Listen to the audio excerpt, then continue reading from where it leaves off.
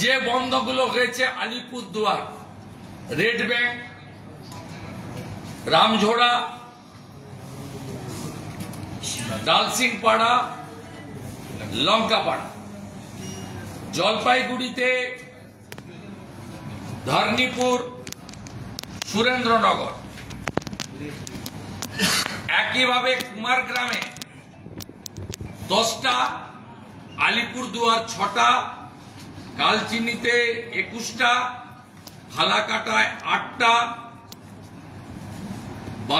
মাদারিহাটে 16টা, বানারহাটে 24টা, নাগরাকাটায় 16টা, মাটালিতে 19টা, মালবাজারে 28টা। এই চা বাগানগুলির মধ্যে ম্যাক্সিমাম চা বাগান এই মুখ্যমন্ত্রীর সময়ে বন্ধ হয়েছে এবং তিনি যেদিন এখানে আসেন সেদিনও মধু চা বাগান কালচিনি বন্ধ হয়েছে। চা বাগানের অন্তত 10 থেকে 12,000 বা আরো বেশি শ্রমিক কেরালা এবং আসাম চলে গেছে এবং চা বাগানের শ্রমিকদের দুর্দশার কথা বলে শেষ করা যাবে না। যেখানে 2023 সালে 19%, 20% করে বোনাস পেয়েছে, 24 সালে মাত্র 16% করে বোনাস দেওয়া হয়েছে, অর্থাৎ বোনাসের পরিমাণ তাদের কমিয়ে দেওয়া হয়েছে। চা বাগানে চা সুন্দরীর নামে যা হচ্ছে বা পাট্টার নামে, তাতে চা বাগানের শ্রমিকরা খুশি নয়। কারণ আগে চা বাগানের যে হাউসিং ছিল, রিপেয়ারিং করার সমূহ খরচ চা বাগানের মালিকদের দিতে হতো। এখন কেন্দ্রীয় সরকারের টাকা 200 কোটি টাকা এরা ভেঙেছে লেবার ওয়েলফেয়ার বোর্ড থেকে। 2023 সালের 20-12-2023 কলকাতার নিউজ সেক্রেটারিয়েটে মিটিং করে 200 কোটি টাকা লেবার ওয়েলফেয়ার বোর্ড থেকে সরানো হয়েছে। সেই টাকাতেই চা সুন্দরীর চেক বিতরণ করছেন মুখ্যমন্ত্রী। একদিকে চা বাগানের মালিকদেরকে আর্থিকভাবে সুরক্ষিত করা, যে তোমাদের আর চা শ্রমিকদের বাড়িঘর রিপেয়ার করতে হবে না, তোমাদের অনেক টাকা আমি বাঁচিয়ে দিলাম, কিছু টাকা আমাকে দিও। আর বাকিটা চা সুন্দরীর চেক দিলাম, কিন্তু টাকাটা নিলাম লেবার ওয়েলফেয়ার বোর্ড থেকে, যেখানে ভারত সরকার টাকা পাঠায় পশ্চিমবঙ্গে নির্মাণ শ্রমিক, বিড়ি শ্রমিক, অসংগঠিত শ্রমিকদেরকে ওয়েলফেয়ার করার জন্য। তাহলে মাছের তেলে মাছ ভাজা হলো আর বক্তৃতা করলাম। রেশনের কথা আমি যখন বিধানসভায় শ্রমমন্ত্রীকে বলেছিলাম, শ্রমমন্ত্রী বলছিলেন আমরা চাল দিই, আসামের সঙ্গে কম্পেয়ার করছিলেন। এন্টায়ার রেশন পিডিএস সিস্টেম কেন্দ্রীয় সরকার, জানেন আপনারা, অন্ন সুরক্ষা যোজনা, সেখানকার রেশন দিয়ে পাবলিসিটি নেওয়ার চেষ্টা করছে। চা বাগান ধ্বংস শেষ, এর জন্য দায়ী এই মুখ্যমন্ত্রী। তিনি আপনার এখানে কিছু স্কিম উদ্বোধন তো করেননি, শিলান্যাস করেছেন। তার মধ্যে এই যে ফালাকাটায় 7 কোটি 16 লাখের অ্যাপ্রোচ রোড, মাদারিহাটের 2 কোটি টাকার সেতু, বীরপাড়া হসপিটালের 9 কোটির 50 শয্যা, এই সব স্কিম আমরা স্টাডি করেছি। এর 90% স্কিমের টাকা জল জীবন মিশনের, ন্যাশনাল রুরাল লাইভলিহুড মিশনের, NRLM এর এবং স্বচ্ছ ভারত অভিযানের। এবং যে বাকি যে টাকাগুলো হেলথে দিয়ে সবই শিলান্যাস, উদ্বোধন নেই, ভোটের জন্য। কোনো কাজ 8 মাসের মধ্যে হবে না, সব ভোটের পরে হবে। সেখানে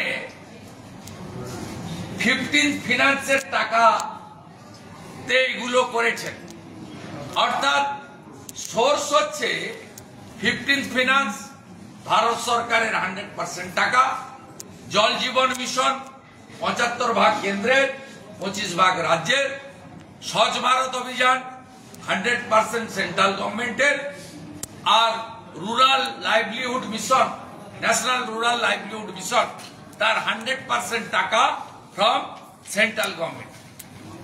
আজকে তিনি এখানে এইসব মিথ্যে কথা বলে উত্তরবঙ্গে এত দরদ, উত্তরবঙ্গে আমি তো প্রতিবারই বলি নিউরোলজিস্ট নেই। স্কুল সার্ভিস কমিশনের দুটো অফিস ছিল, একটা মালদা, একটা শিলিগুড়িতে। এই মুখ্যমন্ত্রী এসএসসির দুটো অফিস এখান থেকে তুলে দিয়েছেন।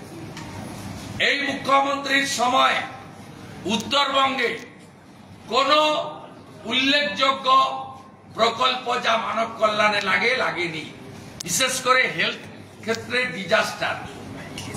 কেউ চিকিৎসা পায় না, কারণ আয়ুষ্মান ভারত চালু নেই।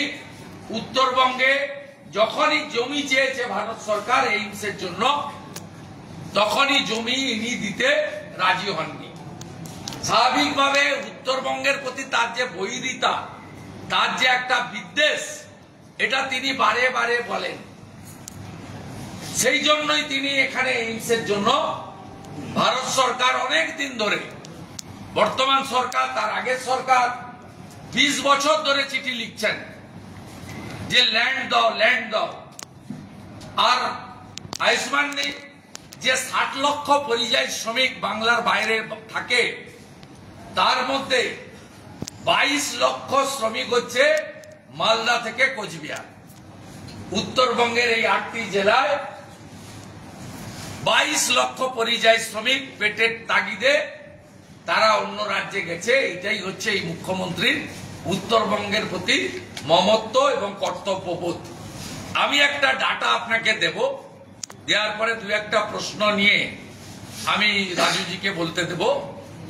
আপনি দেখুন, নর্থ বেঙ্গল ডেভেলপমেন্টের যে ডাটা 2019-20 বাজেট অ্যানাউন্সমেন্ট বিধানসভায় 660 কোটি, অ্যাকচুয়াল রিলিজ 446.85%, হচ্ছে 67.70। 2020-21 710 কোটি টাকা বাজেটে ঘোষণা, রিলিজ করলো ফিনান্স 246.08 কোটি, কাজ হলো 34.70। 2021-22 22.40, কারণ তখন ভোট চলে গেছে। ভোট এলেই কাজের গতি বাড়ে। ভোট শেষ তো 4 বছর উত্তরবঙ্গ পিকচার থেকে আউট। 22-23 782.69 allotment, release 308.33, percentage 39.40। 23-24 মানে লোকসভার ভোট হবে, 807.32 অ্যালটমেন্ট ঘোষণা, অ্যাকচুয়াল রিলিজ 460.88, পার্সেন্টেজ 57.08। 2024-25 যে অর্থবর্ষ সবে মার্চে গেল 445.00 অ্যানাউন্সমেন্ট বাজেট বইতে, বিধানসভায় finance minister, actual release 531.57, percentage 62.90। এইটা হচ্ছে উনার উত্তরবঙ্গ দরদ। দেখুন, দরদি মুখ্যমন্ত্রী 3 দিন ধরে হাঁকলেন এখানে, বস্তা বস্তা কাজ করে দিয়েছি, আর চাইবে না। খগেশ্বর আর চাইবে না, তোমাকে সব দিয়েছি, আর কি চাই? ভর্তি ভর্তি কাজ। এই হচ্ছে তার নমুনা। 8টা জেলা, সবচেয়ে বেশি রিসোর্স এখানে দেয়, সবচেয়ে বেশি জিএসটি এখান থেকে ওঠে, সবচেয়ে বেশি রেভিনিউ এরা দেয়। আপনি এখানে আপনার আসল চরিত্র আমি প্রকাশ করে গেলাম উত্তরবঙ্গের মাটিতে দাঁড়িয়ে। আর বাকি এই সব কাজ এর 90% শুধু একটা স্কিম ছাড়া যত স্কিম আপনি ফাউন্ডেশন স্টোন এবং লেইং করেছেন তার 90% স্কিম, আবার রিপিট করছি, Jal Jeevan mission, national rural livelihood mission, স্বচ্ছ ভারত অভিযান এবং দ্বাদশ অর্থ কমিশন। আপনি একবারও ভারত সরকারের নাম উল্লেখ করেননি, একবারও প্রধানমন্ত্রীর প্রতি কৃতজ্ঞতা জ্ঞাপন করেননি। আপনি উত্তরবঙ্গে কিছু আসন যাতে 26-এ পাওয়া যায় তার জন্য এটা করেছেন। উল্টে কি দিয়েছেন আপনি? 23-এ রামনবমীর শোভাযাত্রায় ডালখোলাতে পাথর বৃষ্টি হয়েছে, এনআইএ করতে হয়েছে অপোজিশন লিডারকে, আপনার গুন্ডারা 37 জন জেল খেটেছে। কি দিয়েছেন উত্তরবঙ্গে? মোথাবাড়িতে হিন্দুদের বাড়ি লুট। কি দিয়েছেন উত্তরবঙ্গে? গত দুদিন আগে রতুয়ার দুর্গানগরে হিন্দুদের নির্মাণ মন্দিরে বাধা সৃষ্টি এবং 6টা হিন্দু দোকান লুট এবং অগ্নিসংযোগ। আপনার লোকেরা আপনার ভোট ব্যাংকের রাজনীতি আজকে এই জায়গায় নিয়ে গেছে।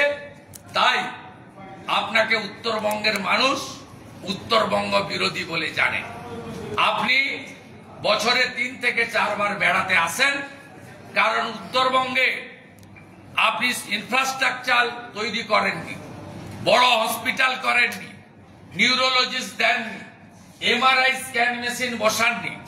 আপনি টাইগার হিলে একটা বাড়ি করেছেন, উত্তরকন্যায় একটা বাড়ি করেছেন, সেবক রোডে একটা বাড়ি করেছেন, গজলডোবায় একটা বাড়ি করেছেন, চালসাতে একটা বাড়ি করেছেন, আলিপুর দুয়ারে একটা বাড়ি করেছেন।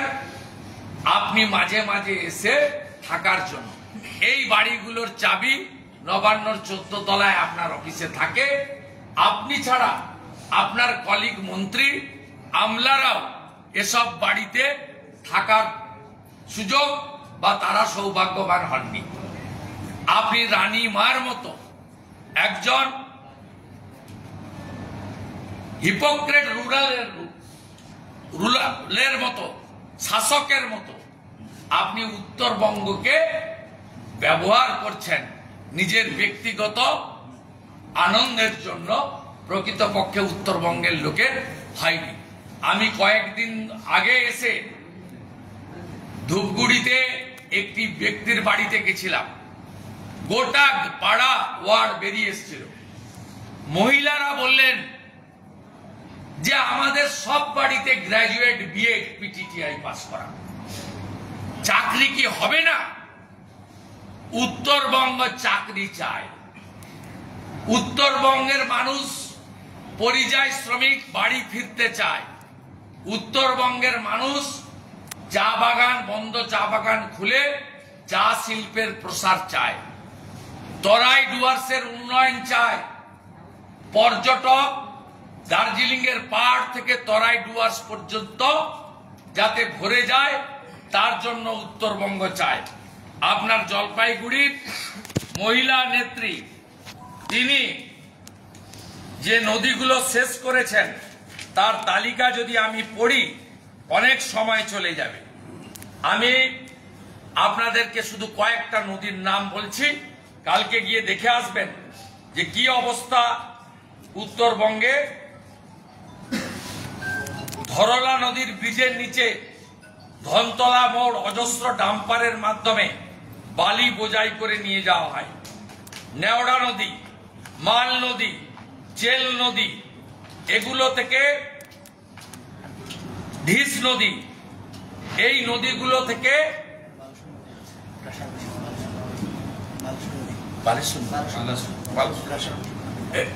এই নদীগুলো থেকে লুট হচ্ছে। এটা জলপাইগুড়ি থেকে আমাকে পাঠিয়েছে ওখানকার জেলা সভাপতি, তিনি ও তার ভাই লুট চালাচ্ছে। আর একটা কথা বলে শেষ করব, আপনারা ভিন্ন ভিন্ন দল মত হতে পারেন, কিন্তু আমাদের সনাতন বা হিন্দুদের, যারা আমরা সনাতনী বা হিন্দু, ধ্বজের প্রতি সম্মান আছে। আজকে শিলিগুড়িতে মুখ্যমন্ত্রী আসবেন বলে মোদিজির ছবি আমাদের ছবি সরিয়েছেন, ঠিক আছে, আমাদের ছবি দেখলে পুলিশের চাকরি চলে যাবে। বিজেপির পতাকা সরিয়েছেন, ঠিক আছে, বিজেপি হচ্ছে অনলি থ্রেট মমতা ব্যানার্জির কাছে, বিজেপির পতাকা সরিয়েছেন। আপনি ধ্বজে হাত দিয়েছেন কেন? শ্রী সুধাকর, আপনাকে আমি জানতে চাই আপনি ধ্বজে হাত দিয়েছেন কেন? আমি গতকাল সোশ্যাল মিডিয়ায় পোস্ট করেছি, আপনারা দেখেছেন। আমি আপনাদেরকে এই ছবিটা দেখাচ্ছি, দেখুন দেখুন, জিন্সের প্যান্ট টি শার্ট পরা মাটিগাড়া নকশালবাড়ি থানার পুলিশ কিভাবে গেরুয়া ধ্বজ মুখ্যমন্ত্রী যাওয়ার পর থেকে সরাচ্ছে। গেরুয়া ধ্বজগুলো লাগানো হয়েছিল রামনবমী এবং হনুমান জয়ন্তীর জন্য। এই সরকার শুধু মুখ্যমন্ত্রী শুধু হিন্দু বিরোধী নন, এই মুখ্যমন্ত্রী এই পুলিশকেও হিন্দু বিরোধী করেছেন। পুলিশেরও মাইন্ডসেট অ্যাক্টিভিটিসটা এমন তৈরি করেছেন যাতে তারা হিন্দুদের ধ্বজ রাস্তা থেকে সরিয়েছে। আমি শিলিগুড়ি সহ উত্তরবঙ্গের হিন্দুদের প্রতি আবেদন করব, আপনারা এর বদলা সুযোগ পেলে নিন। এই পুলিশ এবং মমতা ব্যানার্জিকে সরাতে গেলে আপনাদের সবাইকে ঐক্যবদ্ধ হতে হবে। ব্রাহ্মণ, ক্ষত্রিয়, বৈশ্য, শূদ্রর নামে আমরা আলাদা আলাদা থাকলে এরা এই ধরনের অত্যাচার সনাতনীদের। গতকাল মুখ্যমন্ত্রী, আমাদের মিছিল আছে, জেলা সভাপতি বেরিয়ে যাচ্ছে। বৈঠকে গতকাল মুখ্যমন্ত্রী এটা বৈঠকের পর জেলা নেতৃত্বকে সতর্ক করছে, সমীক্ষক দলের নামে অনেকেই জেলায় ঢুকে তথ্য নিয়ে যাচ্ছে, অথরাইজ ছাড়া কোনো কাউকে তথ্য দেবেন না। পাশাপাশি অনেকেই এলাকার পরিবেশ খারাপ। উনি কাকে অ্যাটাক করেছেন? আসাম আর বিহার। এটা করতে পারেন? উনি বাংলাদেশকে কিছু বলেছেন যে বাংলাদেশ থেকে জঙ্গিবাদ এবং ভারত বিরোধী কাজ হচ্ছে? ওপেনলি বলছে চিকেন নিয়ে নেব। তিনি কাকে অ্যাটাক করেছেন? আসামকে আর বিহারকে। এই মুখ্যমন্ত্রী নিজেকে প্রধানমন্ত্রী ভাবছেন। এটা ভারতবর্ষ। আসামের লোককে উত্তরবঙ্গে ঢুকতে গেলে ভিসা পাসপোর্ট লাগে না, বিহারের লোককে ঢুকতে গেলে লাগে না। কিষানগঞ্জ দিয়ে না পেরোলে আপনি শিলিগুড়িতে আসবেন কি করে? আপনি কাকে অ্যাটাক করেছেন? বিহার এবং আসামকে, যেটা আমি মনে করি সংকীর্ণ বিচ্ছিন্নতাবাদীদের মতো কথাবার্তা মুখ্যমন্ত্রী বলেছেন। বাইরে থেকে জঙ্গিরা আসে, আসতে না পায়, পুলিশ এটা দেখুক। বিশেষ দায়িত্ব সীমান্ত এলাকায় পুলিশকে বিশেষ দায়িত্ব নজর দেওয়া। উনি 540 কিলোমিটার জমিটা এমএইচএ বিএসএফ কে তুলে দিন, জঙ্গি উনাকে খুঁজতে হবে, বিএসএফ এনআইএ খুঁজে দিবে। আর উনার রাজ্যে জঙ্গিদের সেফ হোম কতবার প্রমাণ হয়েছে। এই কয়েক মাসের মধ্যে 7 শেখ ধরা পড়েছে মুর্শিদাবাদের হরিহরপাড়ায়। তিনি কে? আনসারুল বাংলা। জাভেদ মুন্সি ধরা পড়েছে ক্যানিং এ, কাশ্মীরের টেরারিস্ট। কে ধরেছে? আসাম এসটিএফ ধরেছে, আপনার পুলিশ ধরেনি। কাশ্মীর এসটিএফ ধরেছে, আপনার পুলিশ ধরেনি। শিলিগুড়ি সভার পরে হুমায়ুন কবির হঠাৎ করেই বলছেন মুখ্যমন্ত্রী সমীক্ষা করবেন। শিলিগুড়ি সভার পর মুখ্যমন্ত্রী রাজীব কুমারকে কড়া ধমক দিলেন পুলিশের তোলাবাজির অ্যাক্টিভিটি নিয়ে। কি নিয়ে? এই যে পুলিশের যেমন ইলিগাল মাইনিং থেকে উনি কালকে বলেছেন তো যুক্ত গাড়ি। আরে ভাইপোর পিয়ের কাছে টাকা তুলে দেয় আপনার ওই জলপাইগুড়ির সভানে, তো ভাইপোর লোকরা টাকা তুলে, আর ভাইপোর টাকা তো আপনার কাছেও যায়। ইসিয়ার ভাইপো তো আলাদা নয়, ওই জন্য ইউসুফ পাঠানকে ঘাট ধাক্কা মেরে নিজের ভাইপোকে পাঠিয়েছেন বিদেশে। সরকারের আমলে আপনারা বলছেন এই সরকারের বলা না, এই যে তথ্য দিয়ে দিলাম। আপনারা কি মনে করছেন যে উত্তরবঙ্গ পৃথক রাজ্য হওয়া প্রয়োজন? সবসময় যে কথাটা উঠে আসে উত্তরবঙ্গ আলাদা রাজ্য, আলাদা রাজ্যের প্রয়োজন, এটা কি মনে করছেন? এটা উত্তরবঙ্গ অপ্রাসঙ্গিক কাল্পনিক প্রশ্নের উত্তর দেবো। শুভেন্দু দা, এটা আপনার প্রশ্নটা প্ল্যান্টেড। শুভেন্দু দা, শামশেরগঞ্জ কেউ পাঠালেন আপনাকে হোয়াটসঅ্যাপ মেসেজ করে, কোনো সুবিধা হবে না। 54টাই বিজেপি জিতবে। গতবারে 31 ছিল, এবারে 54টাই জিতবে। শুভেন্দু দা, উত্তরবঙ্গে মমতা নেই। লোক বলে এখানে এলে নেপালিরা বলে ঘুমনে আনছু, আর কালকে চা বাগানে নেমেছিলেন বাগডোগরার কাছে, তু খিচ মেরি ফটো। খালি হাতে ফিরবো কেন? পুলিশকে বলেছে ব্যবস্থা করো, ক্যাডবেরি চলে এলো গাড়িতে, হঠাৎই নেমে পড়লেন। আপনারাও বলি আজ হঠাৎই নেমে পড়লেন বাংলার রানীমা, হঠাৎই 200 ক্যাডবেরি প্যাকেট চলে এলো, সব সাজানো গুছানো, তু খিচ মেরি ফটো। শুভেন্দু দা, শামশেরগঞ্জে শুভেন্দু দা, শামশেরগঞ্জে 16 নম্বর ওয়ার্ডের কাউন্সিলরের বাড়ির সামনে সিসিটিভি ফুটেজ কারণে বা রাজনৈতিক কারণে বাতিল হলো, কি এমন রাজনৈতিক কারণ? উত্তর দেবো। শুভেন্দু দা, আগে ভাইপোকে সামলা, শামশেরগঞ্জে পিছনে লেগে শুভেন্দু দা, শামশেরগঞ্জে 16 নম্বর ছড়ে পিছিলেন। শামশেরগঞ্জে 16 নম্বর ওয়ার্ডের কাউন্সিলরের বাড়ির সামনে সিসিটিভি ফুটেজ ভাইরাল হলো, যেখানে দেখা গেল যে দুষ্কৃতীরা হামলা চালিয়েছেন তাদের সবার হাতে ধারালো অস্ত্র। কি বলবেন? তৃণমূল করিয়েছে, তৃণমূল করিয়েছে। মোথাবাড়ি, শামশেরগঞ্জ, ফারাক্কাতে তৃণমূল হেরেছে লোকসভা ভোটে, মুসলিম ভোট কংগ্রেসে পড়েছে। তৃণমূল সেই জন্য, ওখানে তো হিন্দুরা অল্প সংখ্যায়, মুসলিমদেরকে তৃণমূলের পক্ষে নিয়ে যাওয়ার জন্য এই দাঙ্গা তৃণমূল কংগ্রেস করিয়েছে। এটা আমার কথা নয়, হাইকোর্টের যে 3 ম্যান কমিটি তারা বলে দিয়েছে তৃণমূলের এমএলএ, তৃণমূলের councillor Mehboob Alam, ex councillor, তারা দাঁড়িয়ে থেকে দাঙ্গা করেছে। এটা আমার কথা নয়। সবচেয়ে লজ্জার কথা যে পুলিশ ট্যাক্সের টাকায় বেতন পায়, 4 ঘন্টা কারোর ফোন ধরেনি। এটাকে স্টেট স্পন্সর টেরারিজম বলবেন? শুধু ওসি শামশেরগঞ্জকে সাসপেন্ড করলে হবে না, সাসপেন্ড একজনকে করুন, বাংলার মানুষ, তার নাম মমতা ব্যানার্জি, যিনি 14 বছর পুলিশ মন্ত্রী হয়ে আজকে এইভাবে হরগোবিন্দ দাস, চন্দন দাসকে শুধু হিন্দু হওয়ার জন্য বাড়িতে ঢুকে পশু কাটার ছুরি দিয়ে জবাই করে খুন করালেন। ঠিক আছে, লেটস কমপ্লিট। चलिए, आप सबका फिर से स्वागत है। और पश्चिम बंगाल में शिक्षक घोटाला से बचने के लिए 3 दिन की यात्रा पे मुख्यमंत्री नॉर्थ बंगाल आई थी, और हम सबको बहुत उम्मीद थी कि चुनाव से पहले शायद भले ही घोषणा हो, कुछ बड़ी घोषणाएं होंगी। लेकिन हमें ये अफसोस के साथ कहना पड़ता है कि जो तीस्ता फ्लड के कारण जो पीड़ित जनता है, आज तक उनको मुख्यमंत्री ममता बनर्जी की तरफ से कुछ नहीं मिला। हमें उम्मीद थी कि नॉर्थ बंगाल में एम्स के लिए जमीन की घोषणा करेंगी, वो उन्होंने नहीं किया। दार्जिलिंग में सैनिक स्कूल बनना है, उसका एमओयू साइन करना था, वो भी मुख्यमंत्री ममता बनर्जी ने नहीं किया। बीएसएफ को करीब 500 किलोमीटर की जो है फेंसिंग करने के लिए जमीन देंगे, उसके भी किसी तरह की घोषणा नहीं की। और आप सबको पता है, इंटीग्रेटेड चेक पोस्ट बनने के लिए 350 करोड़ रुपए की स्वीकृति भारत सरकार से हो चुकी है, और ये जो है पानी टंकी में बनना है, लेकिन उसकी भी किसी तरह की घोषणा नहीं की। कोई मेडिकल फैसिलिटी को इम्प्रूव करने की घोषणा नहीं थी।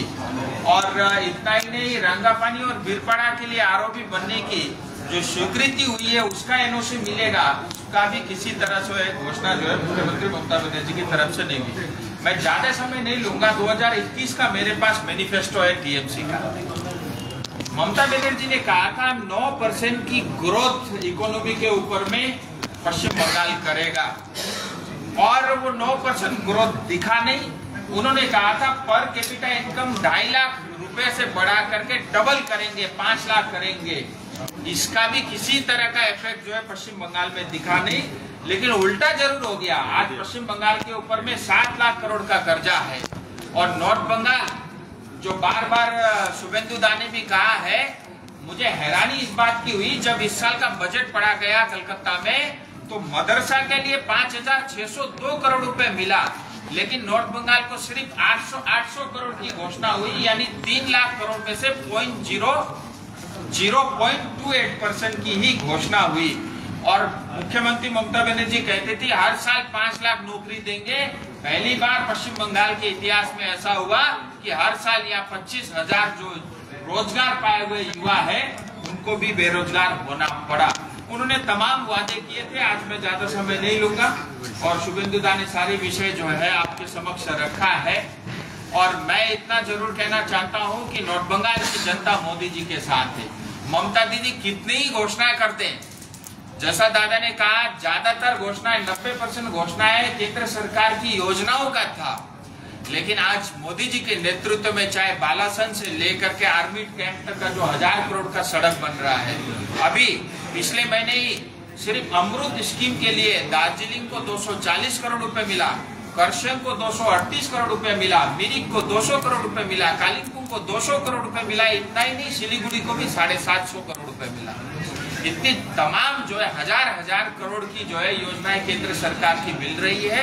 और नॉर्थ बंगाल की जनता पूरी तरह हमारे प्रधानमंत्री मोदी जी के साथ है। आप सब प्रेस के मित्र आए, आप सबका बहुत बहुत धन्यवाद।